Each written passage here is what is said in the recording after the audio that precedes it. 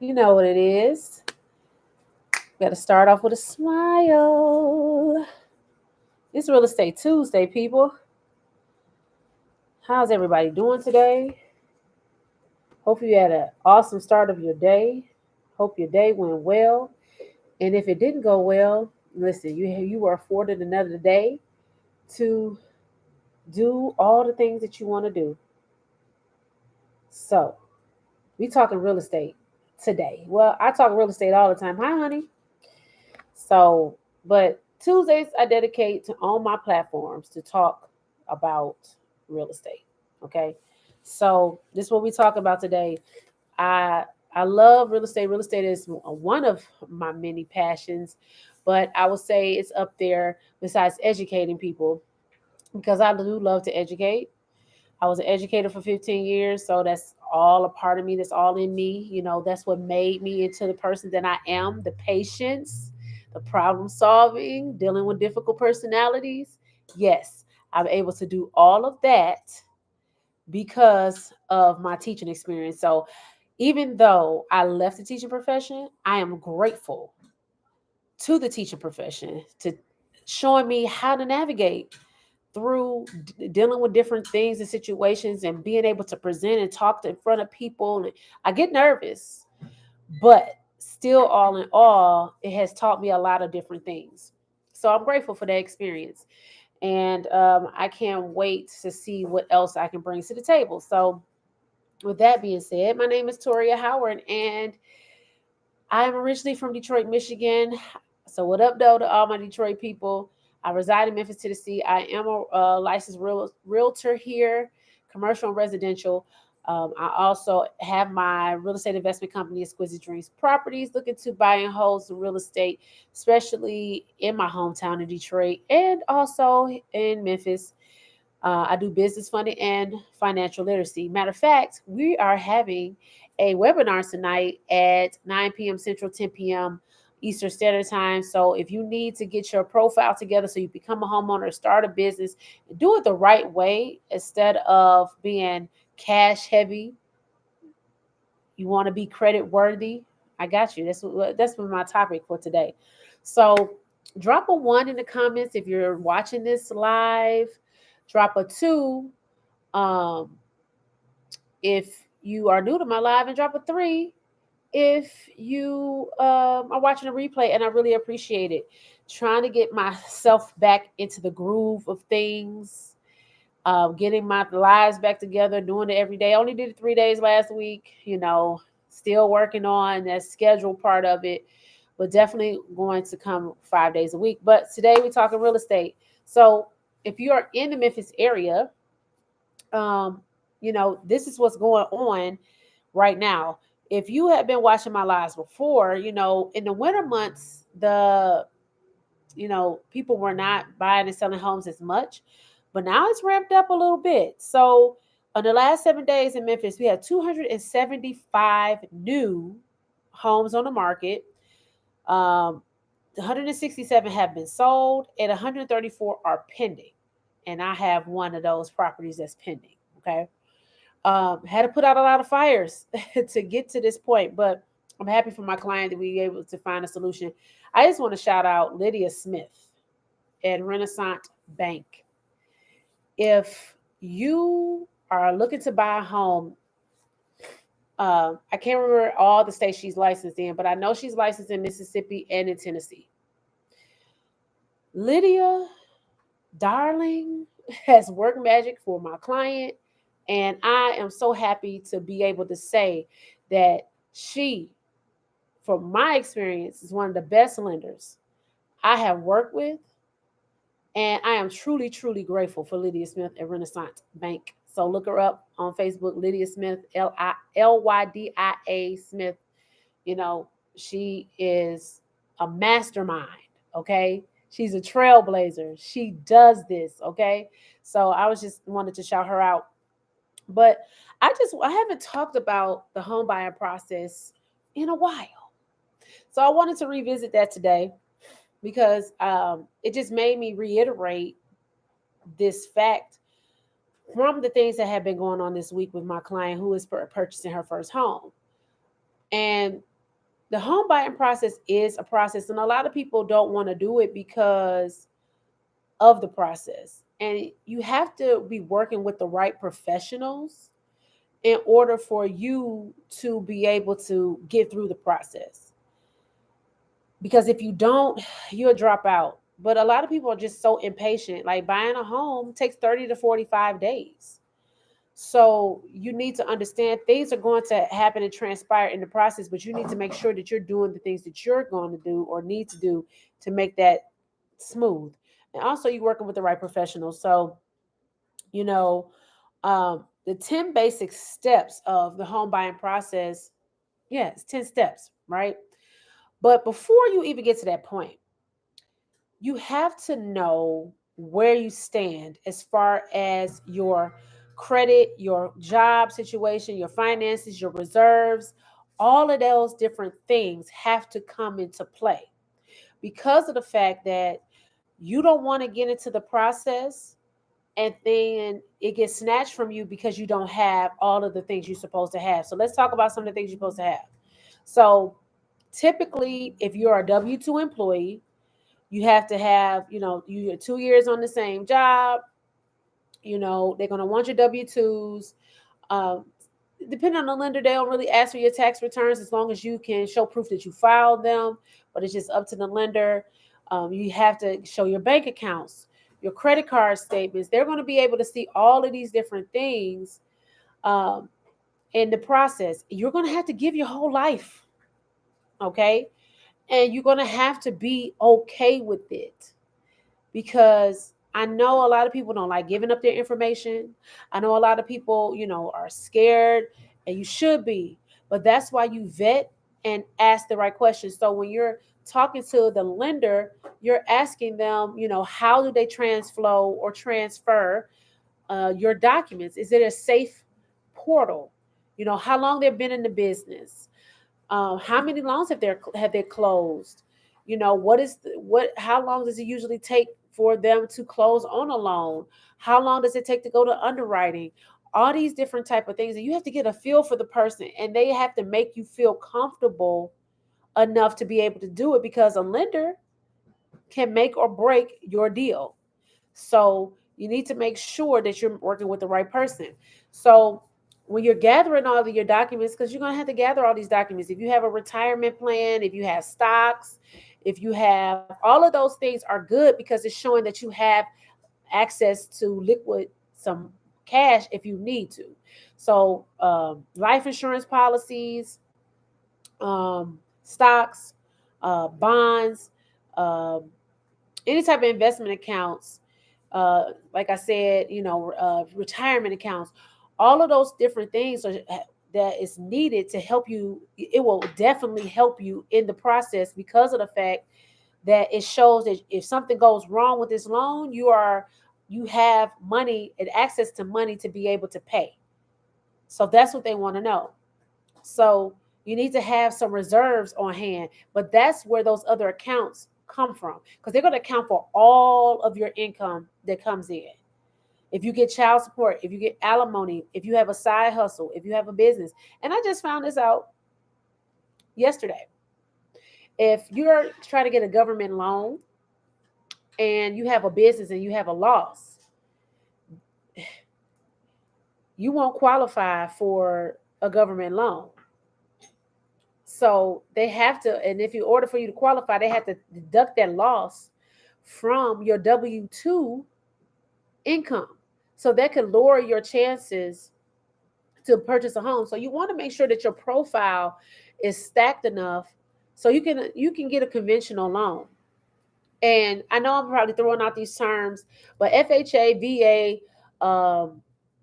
what is it, a USDA, those type of loan products are from the government. So those are government loans.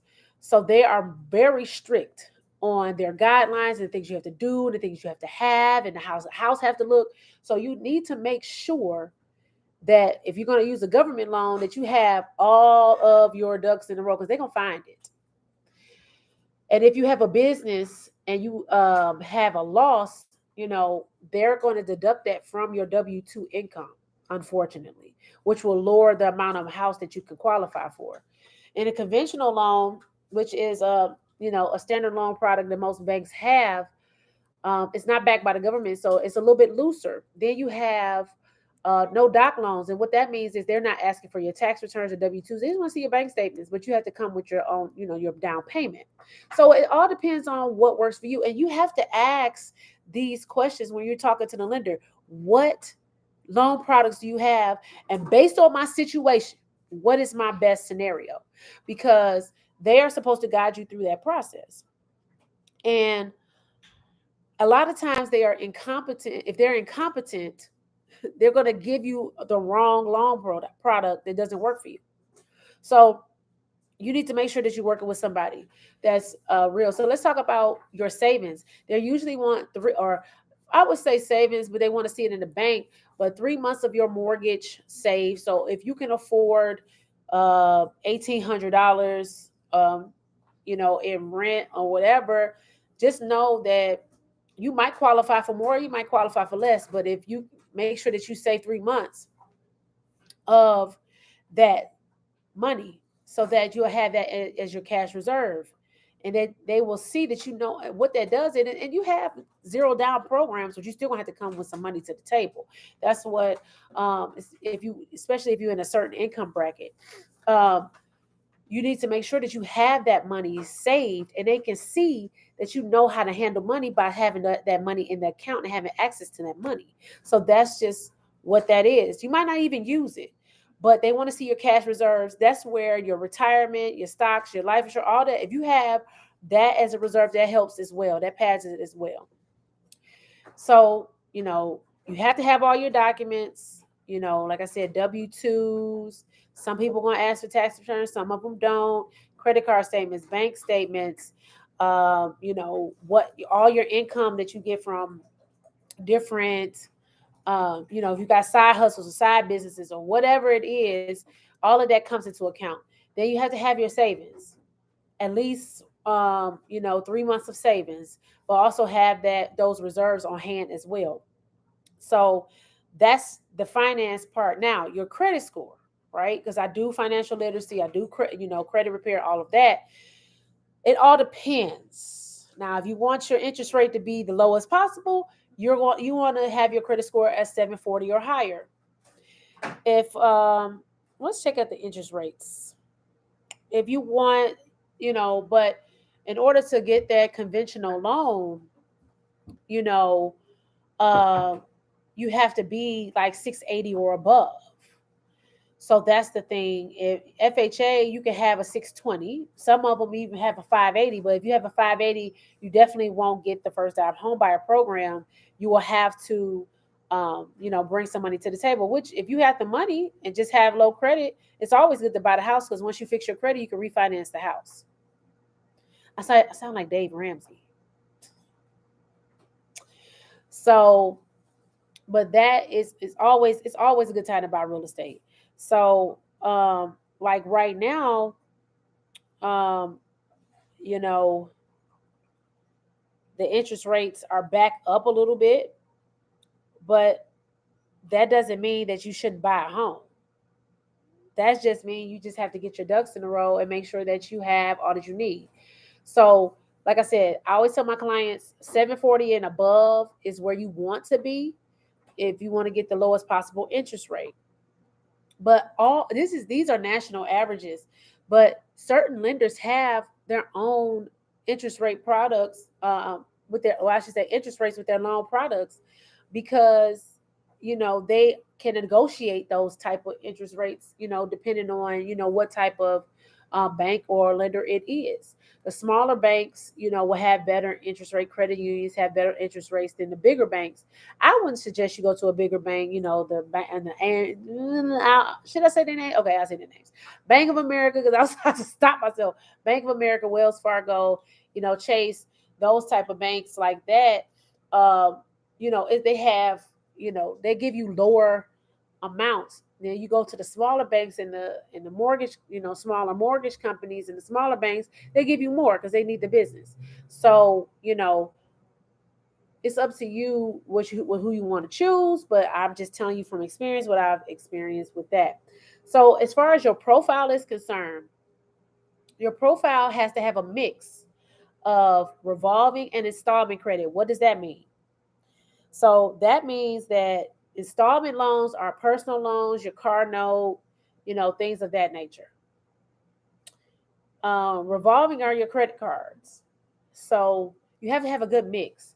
You have to have, um, you know, you don't want to have too many credit cards, because it looks like you are high risk. So 3 to 4 really good credit cards is a good thing. You don't want to have too much debt, because the to debt to income ratio is normally 45%. So you need to make sure that you don't have too much debt. So if you have to pay off debt, then figure out your strategy to be able to do that. And I can help you do that as well.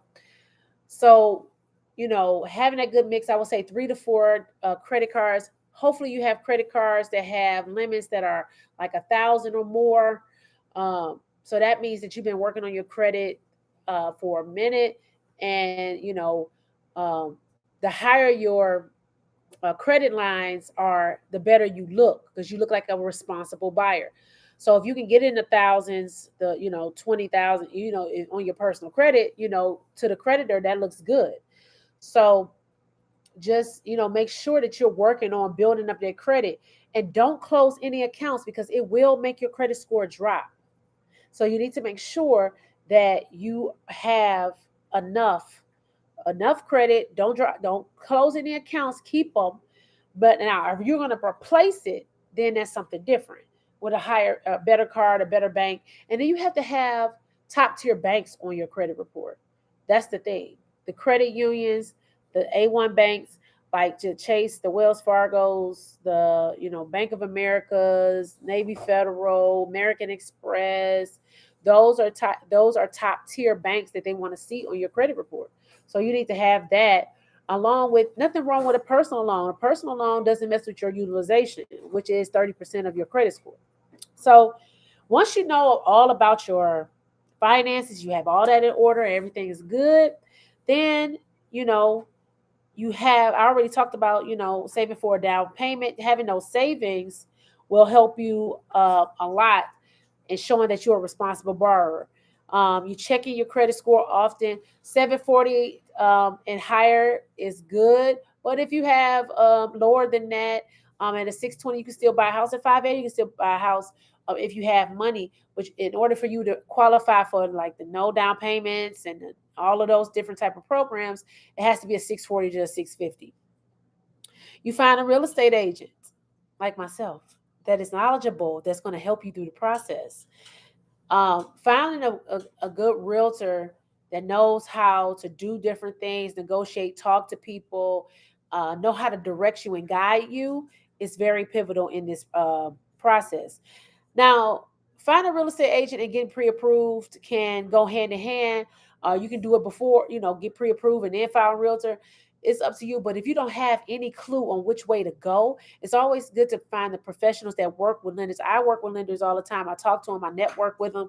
I know what they have, so they can always, suggest, lenders for you. So that part of it works. Then you get your pre-approval. Okay, it's a pre-approval. So during this process, do not buy anything. Don't co-sign for anybody. Don't buy a new car. Don't buy furniture. Wait till you get the keys in hand. You unlock the door, and everything, and your money is gone and in hand, and everything is signed before you go do anything during this process. So pre-approval, what that means, because you still have to go through underwriting. And what that is, they give you a preliminary number, what you qualify for. And then once it goes to the underwriter, which is the person that processes the loan, then that's when you will know exactly, what what you have, what you need, and all those different things. So once you get your pre-approval, then we go shopping. See, the thing is about going shopping for a home. I know all of us, we love, love, love to see all these houses on Instagram. Listen, my Instagram feed is full of these beautiful luxury homes, because I love luxury. Okay, luxury vacations, all of that. But You cannot have a champagne taste with a beer budget. Unfortunately, you're going to have to get what you can afford or make more money. So you have to be patient in the process. If you know that it's nothing on the market that you like, you might be able to take something, a house, to fix it up to your standards. You just never know. You do have loan products that'll help you do that, but you have to be open minded in the process, especially if you're a first time home buyer. If you're a first time home buyer, it's a starter home. It's to get you started. You don't have to stay in it forever. Just to get that experience and to be able to take it and do whatever you want with it. I would suggest keep it as a rental. So when you buy that big home and get that equity off of there, and then you go and buy that other that your dream home, and you have that the starter home paying paying your mortgage for the big dream home. So after you find a home that you like, we put in an offer. Um, Depending on the market, I know here, depending on what range you are in, um, it could be still be kind of competitive, but not as bad as it was where you got 20, 30, 40, 50 offers on one property. So that's why you get with a seasoned real estate agent, because when you want if you want a house, you got the real estate agent has to be on it to put that offer in as soon as possible. So after you make the offer, then now all these other things come into play. You have to have a home inspection. That's the first and foremost thing. So you have an inspector come out to inspect the property. You sometimes, depending on where you are, you might get other inspections as well. My suggestion too is when you go into a house that somebody else has been living in, then that means you need to certify certain things for your home warranty. And what I mean by that, getting licensed technicians to certify your HVAC, your plumbing, because if something goes wrong, the warranty companies are definitely want to come back and say there was a pre-existing condition, and we're not going to cover that. No, if you get it certified by a professional before you buy it, and it's working and everything is, they have to pay for it. They have to definitely pay for it. So those are just some things that you have to do. Then once the inspections come back, you might have some repair requests. We negotiate that, and then you go get the home appraisal. So they just tell you what the value of the house is, and then if you have a government loan, it cannot be lower than the actual offer. So it has to be higher, or the price has to adjust.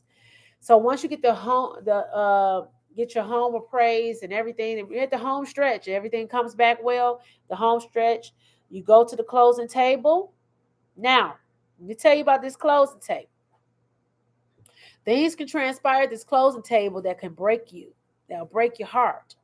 I'll tell you my story. When I bought my home, I was ready. I was eager. I signed all the paperwork, and now I'm an English teacher, so I read all that paperwork. My friend said, "F all that. Don't read the paperwork. I just want to know what my payment is." But me being who I am, I read the paperwork. So I'm sitting there signing my paperwork. I'm about to walk out with the keys. Here comes the title attorney. Like, oh, wait a minute. A collection came back on your credit, and you don't now you can't get the home. I said, "Excuse me, pardon me." I'm about to walk out with the keys. I didn't went through the process. So Chase Bank, I had paid them off, but they put a zero balance collection on my credit report at the last minute. And your credit gets checked multiple times during the process. So you need to make sure that you keep everything tight. That's why I said no buying nothing, no increasing, no debt, definitely don't co-sign for nobody, and don't buy nothing until mess up your credit after you get the keys. Okay, if you want, that's what you want to do. You want to go buy all the stuff, go buy all the stuff then, but don't do it during the process. But I'm at the closing table, and they had to back then. They had to because it wasn't too digital, but that back then they had to fax over that. Yeah, I had to get on the phone with Chase and be like, "I paid you all. I don't owe you anything. There's no collection." And even though it said zero, I didn't owe them anything collection. They still wasn't gonna let me close on my home. So I had to get Chase. They sent over paperwork for the facts, and I was able to close.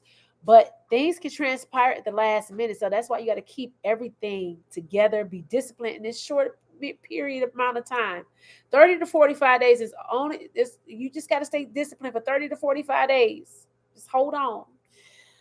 And then of course you move in, and of course you have move-in expenses. You might want to call a moving company.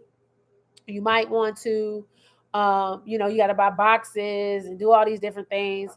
Rent a truck. So, you know, those are just some of the expenses. So just remember to be able to be open minded, be able to compromise, get the right professionals to work with you, because it is a process. And don't get frustrated in the process. Everything is not going to happen instantaneously as we would want it, but it's okay because the reward is going to be so much better and bigger in the end. So I just wanted to come and do a little preliminary, um, basically it's a little short home buying seminar today because I haven't done it in a while. I haven't talked about the process. So if you missed it, go back and look at the replay. See if I've dropped some gems. Share it. Share it out with people because they need to understand, especially in this climate, that it is a process and it's going to, you can be a homeowner. You just have to be patient. You have to be obedient. You have to be disciplined. And then when you get the house, do whatever you want. Unless you're trying to do other things, like own a business or buy more real estate or whatever. But I bid you adieu. I have a webinar. If you want to get your credit together to be able to purchase a home, we have a webinar in 2 minutes. So reach out to me and let me know if you want that link, and I can definitely send it to you. And I'll see you tomorrow for Winning Wednesday. Everybody have a blessed night.